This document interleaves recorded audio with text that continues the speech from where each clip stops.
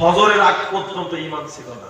ওযু করার সময় আবার পড়েছেন আশহাদু আল্লা ইলাহা ইল্লাল্লাহ ওয়া আশহাদু আন্না মুহাম্মাদান আবদুহু ওয়া রাসূলুহু ওয়াহদাহু লা শারীকা লাহু ওয়া আশহাদু আন্না মুহাম্মাদান আবদুহু ওয়া রাসূলুহু।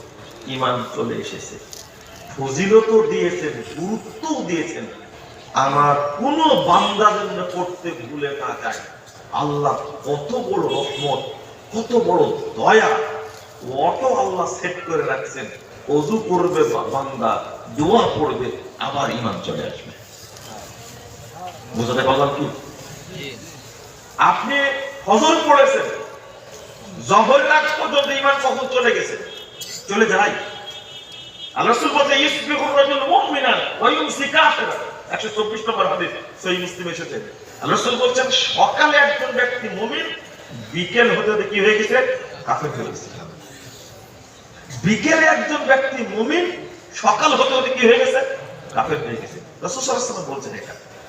তো এখানে বড় নিয়ামত হলো আল্লাহ রাব্বুল আলামিন সেট করে রেখেছেন যে ওযু করার পরে বান্দা যখনই বলবে আশহাদু আল্লা ইলাহা ইল্লাল্লাহ ওয়াহদাহু লা শারীকা লাহু ওয়া আশহাদু আন্না মুহাম্মাদান আবদুহু ওয়া রাসূলুহু, তখনই ওই ব্যক্তি আবার ঈমান নিয়ে আসবে। কেন এটা?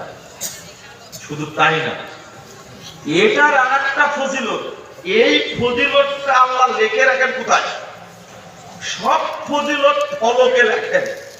আল্লাহ রাসূল সাল্লাল্লাহু আলাইহি ওয়াসাল্লাম বলেছেন রুফিয়া তাহতাল আরশ, ওযুর ফজিলতটা আল্লাহ আরশের সাথে ঝুলন্ত অবস্থায় রাখেন। সুবহানাল্লাহ, সুবহানাল্লাহ। আল্লাহ এই ফজিলতকে এত যত্ন করেন, কিন্তু বান্দারা বুঝে না। আমি এখন পর্যন্ত এই জায়গাতে